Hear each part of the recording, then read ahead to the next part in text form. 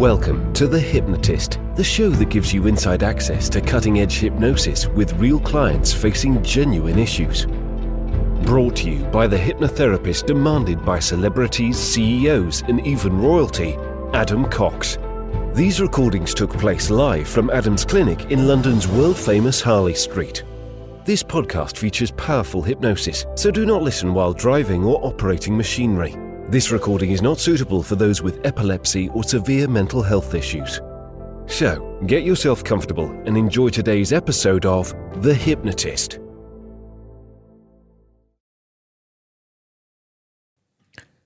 Hi, it's Adam here, and in this episode of The Hypnotist, you're going to be listening to a hypnosis session that was created for a client that was going through a breakup, and the relationship hadn't ended, but it was causing a lot of heavy emotions, a lot of sadness, a lot of feeling drained, a lot of uncertainty. And it was evident that this wasn't putting him in the right emotional state to either move forward, no matter what would happen in the relationship, whether it improved or ended, this emotional state wouldn't have been useful. So this hypnosis session is to frame almost like the loss of a relationship, and that is the relationship that was there. And that's actually helpful because working with this client, he wouldn't have been willing to continue the relationship as it was anyway, in which case acceptance is one of the key things that's really helpful to move on from a relationship that's either ending or has ended.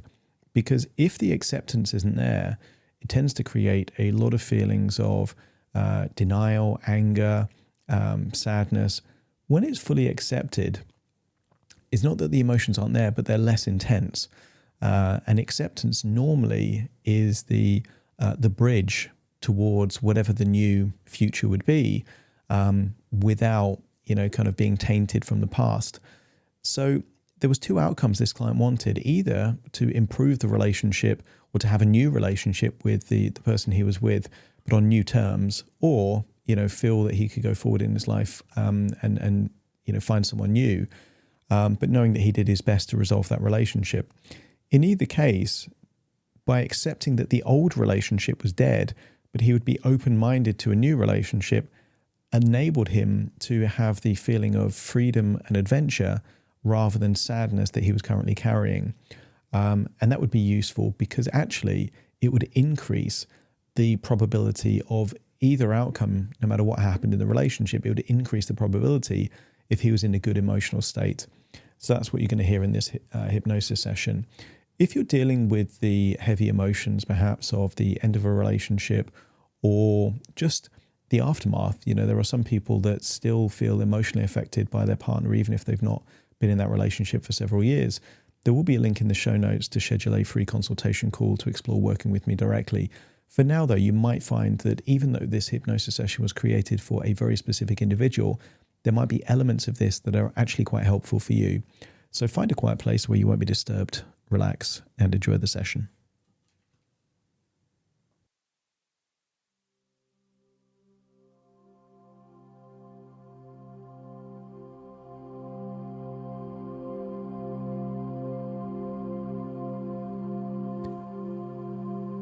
Take a deep breath in. As you breathe in a resourceful feeling of relaxation. And as you exhale, that's it. Just allow your eyelids to close. And with your eyes closed, notice your breathing starts to slow. Slower and deeper as you breathe in that deep feeling of calm, relaxation, and resourcefulness. And as you exhale, just get a sense that stress and tension and worries are leaving your body in your outward breath, enabling you to go deeper and deeper relaxed. That's it. I want you to use the power of your imagination to activate a memory. A memory of a time that you felt free and adventurous. A a time where what you did was linked to the choices you wanted to make. No expectations, roles, responsibilities. It was you making choices. And I want you to imagine being back in a moment at that time when you felt the most free and the most adventurous. Remember how you breathed back then. Remember how you used to smile so much back then. How you walked. The speed of your inner dialogue. Just get a sense that perhaps you can imagine a time in nature, maybe on the side of a mountain, maybe swimming in the sea, and just get a sense of how free you feel. Maybe you can see the sunrise, maybe you can feel the sun on your skin. As you breathe in and breathe out, I want you to get a sense that freedom requires acceptance. And it requires acceptance because you are free to do anything that is within your control, which means you're accepting that there are things you can't do. You were free to swim in the Dead Sea, but you couldn't have swum at the bottom of the Dead Sea without a scuba tank. You were free to climb a mountain, but you weren't free to fly to the top of a mountain. Therefore, accepting things as they are is an essential part of feeling free. You don't feel sad because you don't have wings. You accept you don't have wings and feel the freedom of walking. You don't feel sad that you don't have gills. You accept that you don't and enjoy swimming near the surface of the sea. And if you can get a sense that acceptance is not just useful but necessary for freedom, let me know by nodding your head. In fact, in order to feel sad, you need to focus on those things outside of your control, or to feel that something you have is already being lost. But if you were to accept that that thing as it was will never be that way again, sadness isn't possible when you reach the point of full acceptance. I want you to think of a relationship that meant a lot to you. You know that feeling of love was real.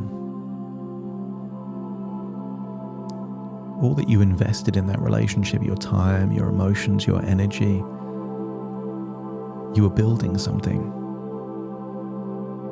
And when it first started to not be as you wanted it to be, maybe you found yourself in a state of denial. Maybe you avoided difficult conversations that needed to be had. And maybe there was a feeling of confusion that it just shouldn't be this way. Maybe there was an element of fear or anxiety based on the uncertainty. But it's just part of a process of figuring out what is actually going on. And then perhaps there was some information that you learned that led to a feeling of frustration or irritation, maybe even anger. Maybe you felt certain agreements were broken. Certain promises weren't met. Maybe you felt that this isn't as it should be. Maybe you felt betrayed. Maybe you felt that someone was destroying this thing that you'd built. So therefore that anger is completely justified. I want you to get a sense that the anger didn't stay there. You may have found yourself trying to convince yourself that all is not lost, that there's still a possibility of making things work. Maybe you're having conversations with yourself, maybe you're having conversations with that person, trying to figure out a way. How do we get things back on track? How do we go back to how they were? Maybe you felt overwhelmed or helpless, that someone else had all the cards and you were just on the receiving end of their choices, their decisions. And sometimes that would have made you feel angry, and sometimes that would have made you feel sad, because the sadness came from a difficulty in finding the meaning. You found yourself telling your story to other people. And while some people were sympathetic, other people felt that anger on your behalf. And maybe the advice that you got was useful and maybe it wasn't. But that sadness is part of a process of wanting something that is no longer there. We don't feel sad when the sun sets because we know the sun will rise the following day. We don't feel sad that we can't fly because we accept that we didn't have those wings to begin with. But if you were a bird that had those wings and had those wings taken away, and you saw the elegance of flight of other birds, then sadness would be linked to the loss of something that you did had, that you valued, and wasn't there anymore. And therefore that sadness is valid and real. There's no shame in that sadness. It means you're human. That sadness means that you know how to love. That sadness means that you really did value that thing. But the sadness can only remain if you never accept the reality of a situation.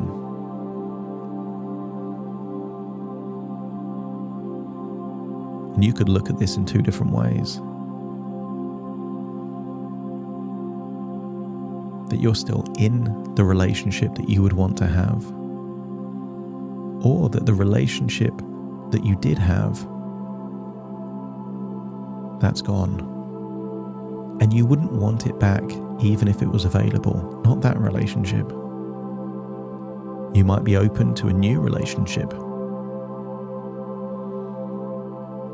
but it would have to be new. Even if it was with the same person, it would need to be a new relationship. New ways of communicating, new standards, new agreements. And if therefore you wouldn't have that old relationship back, then it does mean that that relationship as it was is gone, and gone for good.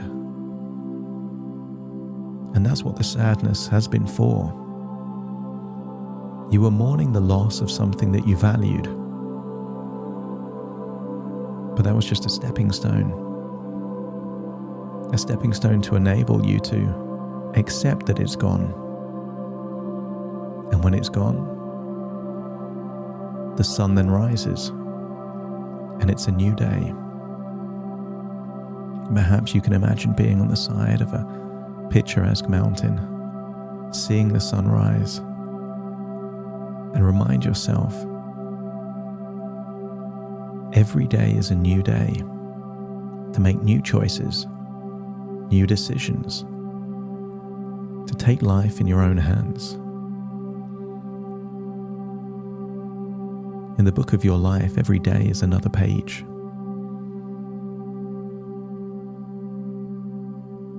To really make the most of those new pages, doesn't it make sense to end a chapter? A chapter linked to that sadness, that pain, that sorrow. It was draining you anyway. And this is a new chapter entitled Freedom. Because as you accept, the past is the past, and you are where you are, you're now free. Free to make choices. Free to be who you want to be. Free to be how you want to be. I want you to imagine in that last chapter of your life, you were a man in a relationship coming to an end. But that chapter's over now. Now, you are a single man, open to the idea of a new relationship.